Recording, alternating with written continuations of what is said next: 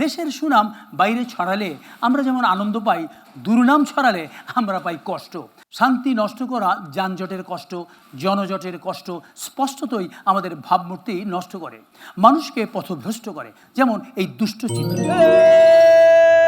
জামিল ভাইয়ের টাকা জামিল ভাইকে খুশি কেন? প্রশাসন জবাব চাই। অবরোধ অবরোধ চলবে চলবে। ভাই আপনাদের মধ্যে জামিল ভাইটাকে এই যে আমি এই যে স্লোগান দিতেছে জামিল ভাইয়ের টাকা দিতে হবে দিতেই হবে, এটা কিসের টাকা ভাই? আমার ক্লোজ ফ্রেন্ড রুবেল, আমার ক্লাসমেট, গত 6 মাস আগে আমার থেকে 25,000 টাকা ধার নিয়েছিল। গত 6 মাসে আমি তার থেকে 15,000 টাকা নিতে পারছি। বাকি 10,000 টাকা যখন আমি তার কাছে চাইতে গেছি, এক কথায় দুই কথায় তার বন্ধু বান্ধব নিয়ে সে আমার উপরে বৃষ্টির মতো কিল খুশি দিতে থাকে। ভাইকে খুশি কেন? প্রশাসন জবাব চাই। হঠাৎ প্রশাসনের জানেন কেন?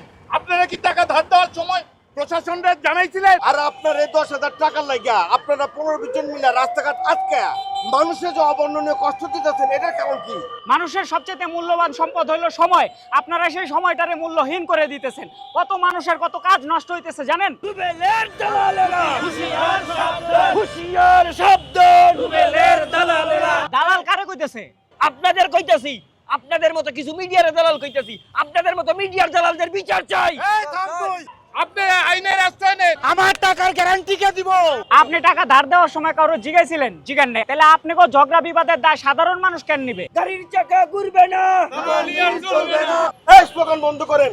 কথায় কথায় রাস্তা আটকা মানুষের অশান্তি সৃষ্টি করার কারণে এক সময় দেখবেন এই সাধারণ মানুষ আপনাকে বিরুদ্ধে খেপে দেবো, আপনাদের বিরুদ্ধে তারা মিছিল করবো। তখন কিন্তু একুল ওকুল দুই কুলি হারাইবেন, দৌড়ায়ও পার পাইবেন না।